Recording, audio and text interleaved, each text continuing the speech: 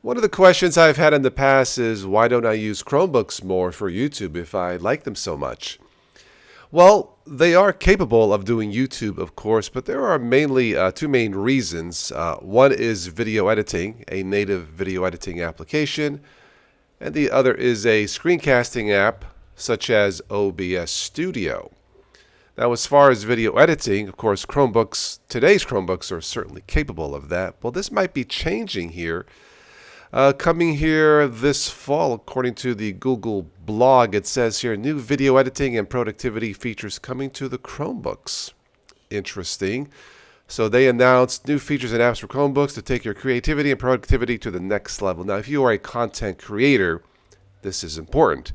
If you use a Chromebook to watch someone like me, this may not be that important. At least I don't think so.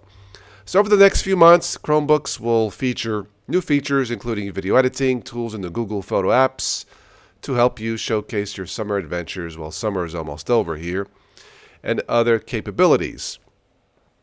Get in the director's chair with Google Photos, creating an end-to-end movie made up of multiple video clips, photos, a title card, and music can come with a learning curve and it take a lot of time. But Google Photos revamped movie creation tools helps you make high-quality movies with just a few taps. Now, I'm guessing this is out in beta.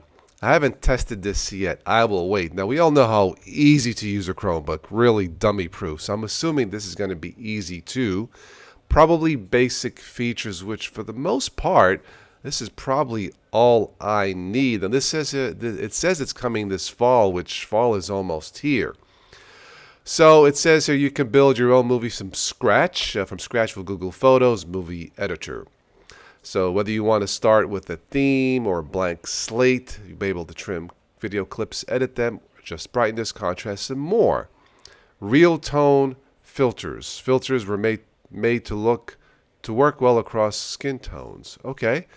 This all sounds good if it actually works inside a Chromebook, and I'm sure it will. So, this remains to be seen. It says here also that for professional-grade video editing, LumaFusion app is also coming to Chromebooks.